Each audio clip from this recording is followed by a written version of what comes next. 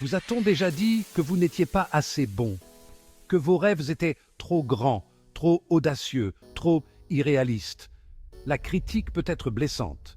Elle peut nous donner envie de nous recroqueviller et de nous cacher. Mais si nous pouvions transformer cette critique en carburant pour notre voyage, si nous pouvions transformer ces doutes en tremplin, rejoignez-moi et explorons ensemble comment accueillir la critique et libérer le courage qui est en nous. Anya, une jeune femme au cœur rempli de rêves et au carnet de croquis débordant d'idées, a osé poursuivre sa passion, l'architecture. Elle imaginait des structures époustouflantes qui s'intègrent parfaitement à la nature, des espaces qui inspirent et élèvent l'âme. Mais son chemin a été semé de doutes dès le départ. Sa famille et ses amis, bien intentionnés, ont remis en question son choix. L'architecture, argumentait-il, est un domaine compétitif, un chemin difficile. Leurs paroles, bien que destinées à la protéger, ont semé les graines du doute dans l'esprit d'Anya. Le premier obstacle majeur d'Anya s'est présenté sous la forme d'un rejet. Elle a mis tout son cœur et toute son âme dans sa candidature pour un programme d'architecture prestigieux. Elle a soigneusement élaboré son portfolio, mettant en valeur sa vision et son talent unique. La réponse, une mince enveloppe contenant un nom poli mais ferme, a été comme un coup de poing dans l'estomac. Les doutes, alimentés par les critiques initiales auxquelles elle a été confrontée, ont menacé de la consumer. Était-elle assez bonne? Devait-elle abandonner? Prenez un moment pour vous rappeler d'une période où vous avez été confronté à la critique. Qu'avez-vous ressenti? Avez-vous laissé cela faire dérailler vos rêves ou alimenter votre détermination? Partagez votre expérience dans les commentaires ci-dessous. Votre histoire pourrait inspirer quelqu'un d'autre à continuer.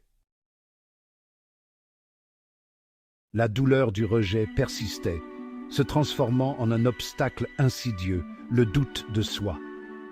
Anya a commencé à douter de ses capacités, de sa créativité, de son droit même à poursuivre son rêve.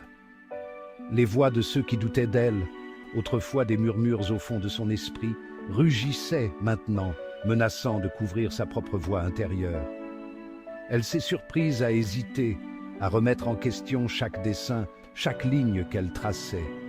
La joie qu'elle éprouvait autrefois à créer était désormais teintée de peur, de... Sixième partie. Obstacle 3. La peur de l'échec. Alors qu'Anya luttait contre le doute, un autre obstacle de taille est apparu, la peur de l'échec. Elle était paralysée à l'idée de ne pas réussir, de se décevoir elle-même et de décevoir ceux qui croyaient en elle. Cette peur se manifestait par la procrastination, par l'évitement. Elle a commencé à se retirer des activités même qui lui apportaient autrefois de la joie, son carnet de croquis prenant la poussière, ses rêves s'estompant. Septième partie. Le triomphe d'Anya. Leçon de résilience. Anya, bien que meurtrie par la critique et le doute, possédait un esprit inflexible. Elle a réalisé que laisser la peur dicter ses actes serait le pire des échecs. Avec une détermination nouvelle, elle a commencé à remettre en question son dialogue intérieur négatif. Elle s'est rappelé sa passion, son talent, son engagement indéfectible envers son rêve. Anya a cherché des mentors, des artistes et des architectes qui avaient été confrontés à des difficultés similaires et qui en étaient sortis plus forts.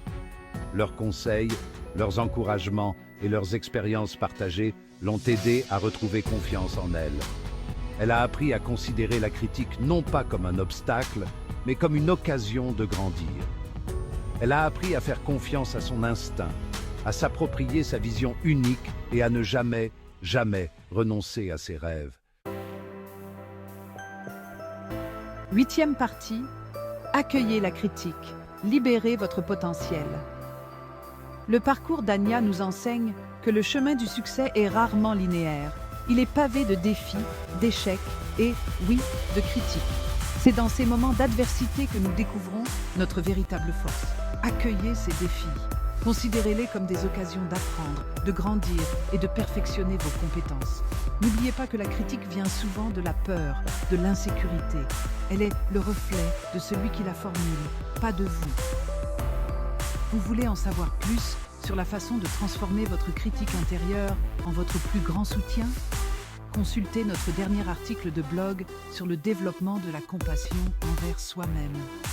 Vous y trouverez des conseils pratiques et des exercices pour vous aider à gérer le doute de soi et à accepter votre moi authentique. 9e partie. Votre voyage commence maintenant. Le pouvoir de surmonter la critique est en chacun de nous.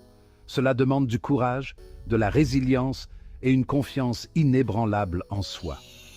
Inspirez-vous de l'histoire d'Anya, qu'elle vous rappelle que vous êtes capable de réaliser tout ce que vous vous mettez en tête. Commencez dès aujourd'hui. Définissez une petite étape que vous pouvez franchir pour atteindre vos objectifs, puis une autre, et une autre encore. N'oubliez pas que vous n'êtes pas seul dans ce voyage. Rejoignez notre communauté de personnes partageant les mêmes idées et qui s'engagent à soutenir mutuellement leur croissance et leur réussite.